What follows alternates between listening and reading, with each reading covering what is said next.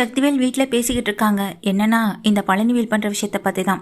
நாம தானே அந்த பழனிவேலுக்கு கடையை வச்சு கொடுக்குறோன்னு சொன்னோன்னே அவன் இங்கே வந்தால் தானே கடையை வச்சு கொடுக்கலாம். ஆனால் அந்த சுகன்யா நம்மளை கேள்வி கேட்டுட்டு போகிறான் அப்படின்னு சொல்லும்போது அதுக்கு நாம் என்ன பண்ண முடியும்? அவனுக்கு இருக்க வேண்டிய சொத்து நம்ம வீட்டில் தானே இருக்கு. பேசாமல் அதை பிரித்து கொடுத்துட்டான். அவன் ஏதோ பண்ணிட்டு போகிறான்னு சொல்ல அவன் அந்த வீட்டில் இருக்கிற வரைக்கும் இந்த வீட்டு சொத்து எதுவும் அவனுக்கு கொடுக்கப்படாது. அவன் இந்த வீட்டுக்கு வந்தால் மட்டும்தான் எல்லாம் கிடைக்கும்னு சொல்ல என்னடா என்னென்னமோ பேசிக்கிட்டு இருக்கேன். நீங்கள் எனக்கு எப்படி பையனோ அதே மாதிரி தான் பழனிவேலும். இந்த வீட்டில் இருக்க சொத்து அவனுக்கும் தான் போகும். அதை விட்டுட்டு தேவையில்லாதெல்லாம் பேச வேணாம். அவனுக்கு மட்டும் ராஜிக்கும் பங்கு இருக்கு, கோமதிக்கும் பங்கு இருக்குன்னு சொல்ல விட்டா அந்த வீட்டில் இருக்கவங்க எல்லாருக்கும் இந்த வீட்டு சொத்தை எழுதி கொடுத்துருவா போல நீ அப்படின்னு சொல்லி கேட்க, நீங்கள் சம்பாதிச்ச சொத்தை நான் கை வைக்க போகிறதில்ல. ஆனால் என் புருஷன் உழைச்சி வச்சு சம்பாதிச்ச சொத்து என்கிட்ட தானே இருக்குது. அதை நான் யாருக்கு கொடுக்கணும்னு முடிவு பண்ணுறனோ அவங்களுக்கு கொடுத்துக்கிறேன்னு சொல்ல, பார்த்தீங்களாண்ணே அம்மா பேசுகிற பேச்சை பாருங்கள். இத்தனை வருஷமாக நாம் அவங்கள பார்த்துக்கிட்டு இருக்கிறதுக்கு அவங்க கொடுக்குற அவங்க காட்டுற மரியாதையை பார்த்தீங்களான்னு சொல்ல, டே சக்திவேலு இப்போ எதுக்கு அதை பற்றி பேசிக்கிட்டு இருக்கேன்? அம்மாவுடைய விருப்பம். அம்மா யாருக்கு கொடுக்கணுமோ அதை அவங்களுக்கு கொடுப்பாங்க. அதை விட்டுட்டு இதில் நாம் யாரையும் கம்பல் பண்ண முடியாது. நம்மக்கிட்ட பணம் காசு இல்லையா, சொத்து இல்லையா, நாம் சம்பாதிச்சு வச்சதே ஏகப்பட்டது இருக்குது. அதை தாண்டி அம்மாவுடைய சொத்தை வச்சு தான் நம்ம வாழணும்னு அவசியம் இல்லை அப்படின்னு சொல்லவும் செய்கிறாங்க. ஆமான்னு இவ்வளோ ஈஸியாக சொல்லிடுவீங்க. ஆனால் கடைசியில் எங்கள் ராஜோடைய நகையை எடுத்துகிட்டு போய் அதுக்கு ஒரு கதையை கட்டி கடைசியில் அந்த நகை இப்போ வரைக்கும் நம்ம வீட்டு பக்கம் வந்து சேரவே இல்லை. அப்படிப்பட்டவளுக்கு நம்ம சொத்தை வேற எழுதி கொடுக்கணுமான்னு இங்கே சக்திவேலு சொல்ல, இப்போ எதுக்கு தேவையில்லாத பேசுகிறீங்க தம்பி? அது முடிஞ்சு போன விஷயம்னு சொல்ல, எதோ நீ முடிஞ்சு போன விஷயம்? நீங்கள் ராஜிக்காக சேர்த்து வச்சிருந்த நகை எல்லாத்தையும் தொலைச்சிட்டு நிற்கிறீங்களே, இது முடிஞ்சு போன விஷயமா? அதில் பாதி நகை தானே வந்திருக்கு, மீதி நகை இன்னமும் அவங்க கிட்ட தான் இருக்குது. எனக்கு என்ன சந்தேகம் இருக்குன்னா, அந்த நகையை வச்சு தான் கதிர் ட்ராவல்ஸ் ஆரம்பிச்சிருப்பானோன்னு ஒரு சந்தேகம் இருக்குன்னு எங்கள் சக்திவேலுன்னு சொல்கிறாங்க.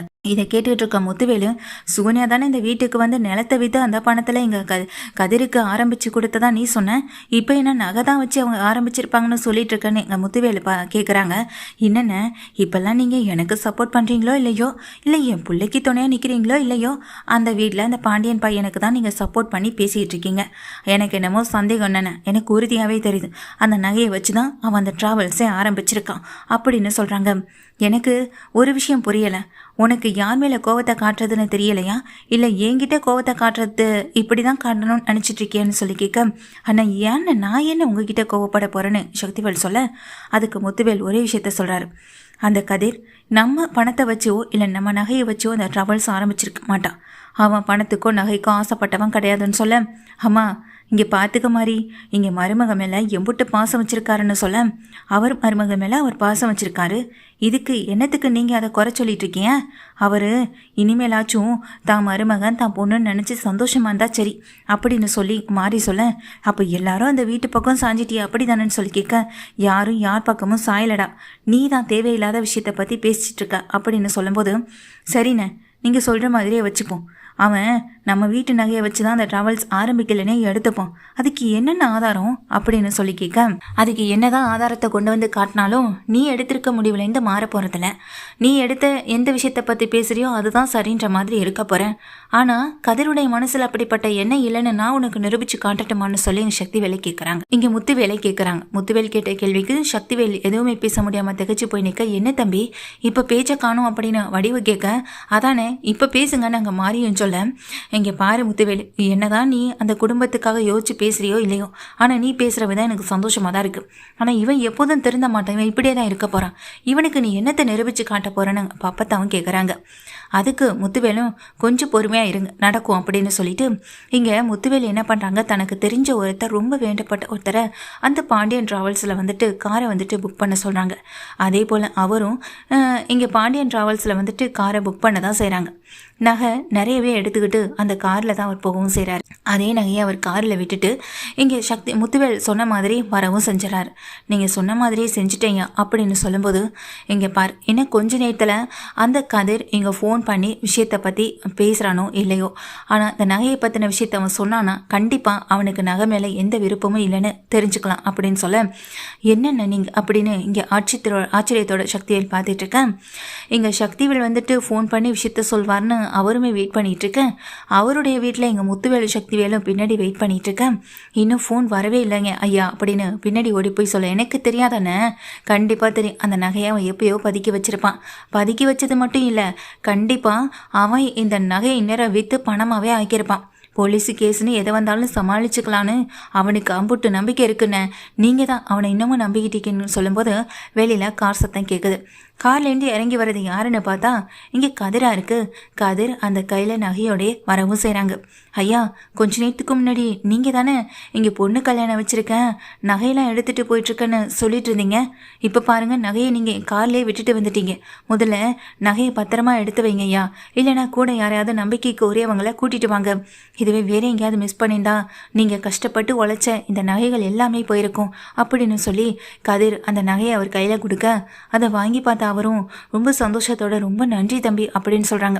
சரிங்க ஐயா, பார்த்து கவனமாக இருங்கன்னு சொல்லிட்டு அங்கேருந்து கதிரும் கிளம்பி போக பின்னாடி வர அவரும் இங்கே அந்த நகையை காட்டுவிட்டு அப்படியே நிற்கிறாங்க. ஏன்னா மொத்த விஷயத்தையுமே சக்திவேலும் முத்துவேலும் கேட்டுட்ருக்க தான் செய்கிறாங்க. முத்துவேல் வெளியே வந்து இப்போனாலும் கதிரை பற்றி புரிஞ்சுக்கோ, அவன் எப்படிப்பட்டவனு இனிமேலாவது உனக்கு தெரியும் அப்படின்னு சொல்லிட்டு அங்கேருந்து சக்திவேலும் முத்துவேல் 2 பேருமே கிளம்பியும் போயிடுறாங்க. இங்கே வந்து நின்னவரும் பாண்டியனுக்கும் ரொம்ப வேண்டப்பட்டவர் தான். அதனால் உடனே இந்த விஷயத்த பாண்டியனுக்கு ஃபோன் பண்ணி சொல்லவும் செய்கிறாரு. இதை கேட்ட பாண்டியன் அதிர்ந்து போக, ஆனால் நீங்கள் உங்கள் மகனை ரொம்ப நல்லா அருமையாக வளர்த்துருக்கீங்க, இதனால் நீங்களும் ரொம்ப பெருமைப்பட வேண்டியது இருக்குது. அது மட்டும் இல்லை, இனிமேலாவது உங்கள் பையனை பற்றி உங்கள் சம்மந்தி வீட்டுக்காரவங்க புரிஞ்சுக்கிட்டா சரி. என்ன ஒன்று, உங்கள் பையனை அவர் மருமகனாக ஏற்றுக்கிட்டார் போல், அதனால தான் விட்டு கொடுக்காம என்கிட்ட இப்படிப்பட்ட ஒரு உதவியை செய்யவும் சொல்லியிருக்காரு.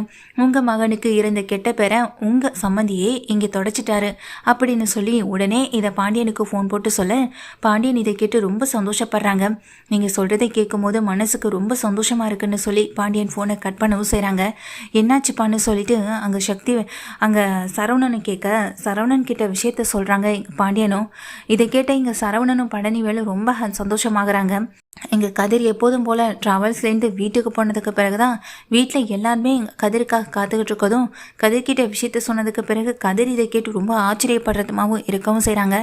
எங்கள் அப்பா உனக்காக இதெல்லாம் செய்கிறத நினைக்கிறப்போ மனசுக்கு ரொம்ப சந்தோஷமாக இருக்குது அப்படின்னு சொல்லும்போது, என்னுடைய நேர்மையை இங்கே காட்டணுன்றதுக்காக அவர் செஞ்ச இந்த விஷயத்த உண்மையிலேயே நான் ரொம்ப பெருசாக தான் எடுத்துக்கிறேன். உங்கள் அப்பாவுக்கும் உண்மையில் பாசம் இருக்குன்றதை நான் புரிஞ்சுக்கிட்டேன்னு எங்கள் கதிர் சொல்லும்போது, எங்கள் அப்பா உனக்காக இவ்வளோ பெரிய விஷயத்த எங்கள் சித்தப்பாவுக்கு முன்னாடி எதிர்த்து நின்று செஞ்சுருக்கார்ல, எனக்கு அதுதான் பெரிய விஷயமே. இனிமேல் அந்த வீட்டில் எங்கள் அப்பாவுக்கு முதல் எதிரியே சித்தப்பா தான். இல்லை எங்கள் சித்தப்பாவுக்கு முதல் எதிரியே எங்கள் அப்பா தான். ஏன்னா இனிமேல் அவர் அப்படி தானே பார்க்க செய்வார். இந்த வீட்டுக்கு நானும் வந்துட்டேன், இங்கே உங்கள் அம்மாவும் வந்துட்டாங்க. அப்படி அந்த வீட்டிலேருந்து நாங்கள் 2 பேர் ஓடி வந்ததுனால நிச்சயமாக எங்கள் சித்தப்பா ஏற்றுக்க மாட்டார், எங்கள் அப்பாவையும் ஏற்றுக்க விட மாட்டாருன்னு சொல்ல, நீ அப்படி நினைக்காத. நிச்சயமாக உங்கள் அப்பா மூலமாக நீயும் சரி எங்கள் அம்மாவும் சரி அந்த வீட்டுக்குள்ளே போவீங்க, சந்தோஷமாக இருப்பீங்க. இதை நான் உங்களுக்காக செய்ய போகிறேன், உங்கள் 2 பேருக்காக இதை நான் செஞ்சே தருவேன் அப்படின்னு சொல்லும்போது, கதிரை எடுத்துக்கிட்ட சபதத்தை நினச்சி ராஜி சந்தோஷப்படுறாங்க.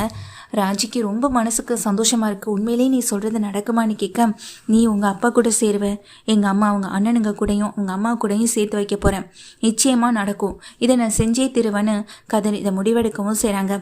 ராஜிக்கு இதை விட சந்தோஷம் வேறு என்ன வேணுன்ற மாதிரி நின்றுட்டுருக்கவும் செய்ய, சக்திவேலும் அந்த வீட்டில் இருக்க முத்துவேலும் ஒருத்தர் மாற்றி ஒருத்தர் பார்த்துட்டு இருக்கும்போது, முத்துவேல் செஞ்ச விஷயம் கேட்டு அங்கே அப்பத்தா ரொம்ப சந்தோஷப்படுறாங்க. அந்த வீட்டில் இருக்கவன நீ உன் மருமகனா? அம்மா கொஞ்சம் நிறுத்துமா, நான் யாரையும் மருமகனா ஏற்றுக்கலை, மகளாகவும் ஏற்றுக்கலை. எனக்கு தேவை மற்றவங்களை குறை சொல்லக்கூடாது. அவங்க உண்மையாக நேர்மையாக இருக்காங்களா, அவங்க அப்படியே இருக்க விட்டணும். அதை விட்டுட்டு தேவையில்லாமல் அவங்க வழியில் நம்ம குறுக்க போகக்கூடாது. இதுவரைக்கும் குமார் பண்ண தப்புகள் எல்லாமே போதும், இதுக்கப்புறமும் எந்த தவறும் பண்ண வேண்டாம். குமாருக்கு ஒரு நல்ல பொண்ணாக பார்த்து கல்யாணத்தை பண்ணுறது மட்டும்தான் நம்ம வேலை. அதுக்கான வேலையை மட்டும் நம்ம பார்த்தா போதும். நம்ம பையன் நம்ம குடும்பத்தில் சந்தோஷமாக இருக்கணும், அதுதான் எனக்கும் வேணும் அப்படின்னு சொல்லிட்டு போக, உன் பையனை பற்றி யோசிக்கலன்னு சொன்னேன், எல்லாரையும் விட அதிகமாக யோசிக்கிறதே அவன் தாண்டான்னு சொல்லிட்டு எங்கள் அப்பத்தாவும் சக்திவேலை திட்டிட்டு தான் போகிறாங்க. சக்திவேல் முத்துவேல்னு இவங்க 2 பேருக்கும் இடையில இப்போ பெரிய விரிசல் விழ ஆரம்பிச்சிருக்கு. இந்த விரிசல் தான் இங்கே ராஜி கோமதி அந்த வீட்டுக்குள்ளே ஒன்று சேர்க்கவும் போகுது.